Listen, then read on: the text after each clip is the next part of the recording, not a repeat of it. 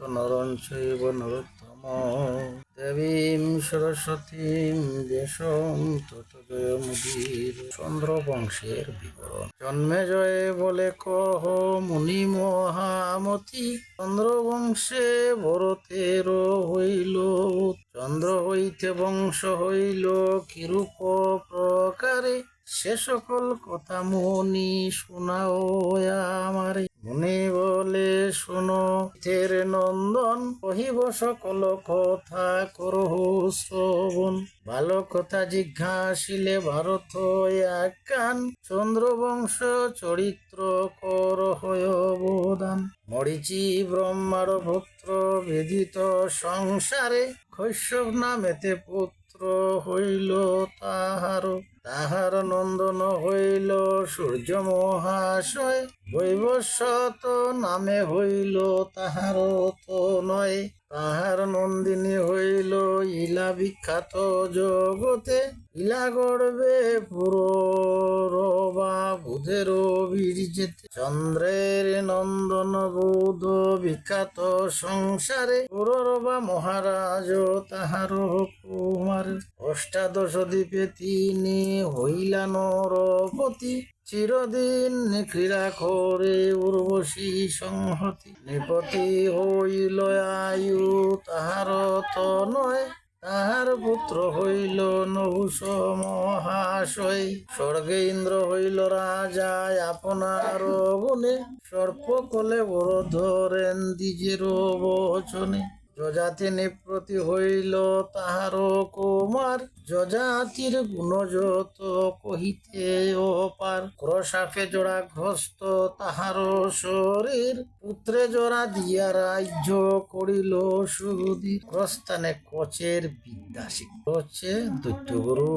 কস দেবগুরু বৃহস্পতির নন্দন। জন্মেজয় বলে কহ ইহার কারণ, শুক্রস্থানে কোন দোষ করিল রাজন। এ কারণে শাপ দিলা ভৃগুর কুমার, সেসব চরিত্র কহ করিয়া বিস্তার। মুনি বলে অবদান করণ রবর, দেবাসুরে মহাযুদ্ধ হয় নিরন্তর। নিজ নিজ হিত দুহে বাঞ্ছা করি মন, দুইজনে পুরোহিত কইলনে ওজন। বৃহস্পতি পুরোহিত করেন বাসব, দৈত্য বংশে পুরোহিত হইল ভার্গ। যুদ্ধে যত দৈত্যবধ করে যত দেবে, সকল জিয়ান শুক্র মন্ত্রের প্রভাবে। সঞ্জীবনী মন্ত্রে ভৃগু পুত্রের আবাস, যত মোড়ে তত জিয়ে নাইক বিনাশ। যুদ্ধে যত দেবগণ হইল নিধন, ইন্দ্র আদি দেবগণ করয়ে বিচার। কস নামে ছিল বৃহস্পতির নন্দন, তাহারে বলিলা তবে সব দেবগণ। সঞ্জীবনী মন্ত্র জানে ভৃগুর নন্দন, উপায় করিয়া কর সে মন্ত্র গ্রহণ। সঞ্জীবনী মন্ত্র জানে ভৃগুর নন্দন, উপায় করিয়া কর সে মন্ত্র গ্রহণ। বিষপর্ব পুড়ে হয় শুক্রের বসতি, তোমা বিনা যাইতে না পারে কোন কৃতি। শিষ্য হইয়া শুক্রস্থানে কর অধ্যয়ন, দেব জানি তার কন্যা করিবে সেবন। এত যদি বলিল সকল দেবগণ, বিষপর্ব পুড়ে কস করিল গমন। শুক্রের চরণে কস করি নমস্কার, প্রত্যক্ষেতে পরিচয় দিল আপনার। অঙ্গিরার পুত্র আমি জীবের নন্দন, পরিবারে আইলাম তোমার শোধন। এত শুনে শুক্র তারে দিলেন আশ্বাস, পড়াব সকল শাস্ত্র জয় বিলাস। শুক্রের আশ্বাসে কস আনন্দিত মন, ব্রহ্মচর্য পালি বিদ্যা করেন পটন। বিবিধ প্রকারে কস সেবা করে, ততদিক সেবে কস তাহার কন্যারে। করজুরে তাকে কস দেব জানি আগে, অবিলম্বে আনে কস কন্যা যাহা মাগে। নৃত্যগীত বাদ্যে সদা তুষে তার মন, আজ্ঞাবর্তী হইয়া পাশে তাকে অনুকন। এন মতে ৫০০ বৎসর যে গেল, খাবি রাখিবারে কষে শুক্রে নিয়োজিল।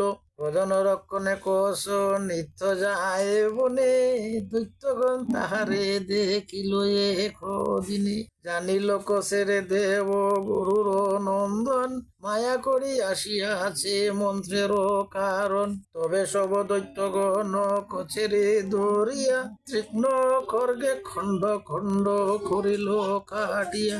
অস্থি মাংস যতে কষার ধুলে খাওয়াইল, কষে মারি দৈত্যগণ নিজ ঘরে গেল। সন্ধ্যাকালে গাবিগণ প্রবেশে নগরে, কষ নাহি গাবিগণ প্রবেশিল ঘরে। কষ নাহি দেব জানি হইল চিন্তিত, কান্দিয়া পিতার ওঠাইও জানায় তরিত। গদন ফিরিল গৃহে, কষ নাই আসিল, সিংহ বেগ্র খিবা দৈত্য তাহারে মারিল। কষের বিহনে আমি তেজিব জীবন, এত বলি দেব জানি করেন ক্রন্দন। শুক্র বলে দেব জানি না করো ক্রন্দন, মন্ত্র বলে কষে আমি জিয়াব এখন। এসো কষ বলি শুক্র তিন ডাক দিল, মন্ত্রের প্রভাবে কষ আসি উত্তরিল। কষে দেখি দেব জানি আনন্দিত মন, জিজ্ঞাসিলা কোথায় আছিলা তখন। কষ বলে দৈত্যগণ আমারে মারিল, প্রসন্ন হইয়া গুরু পুনজিয়াইল।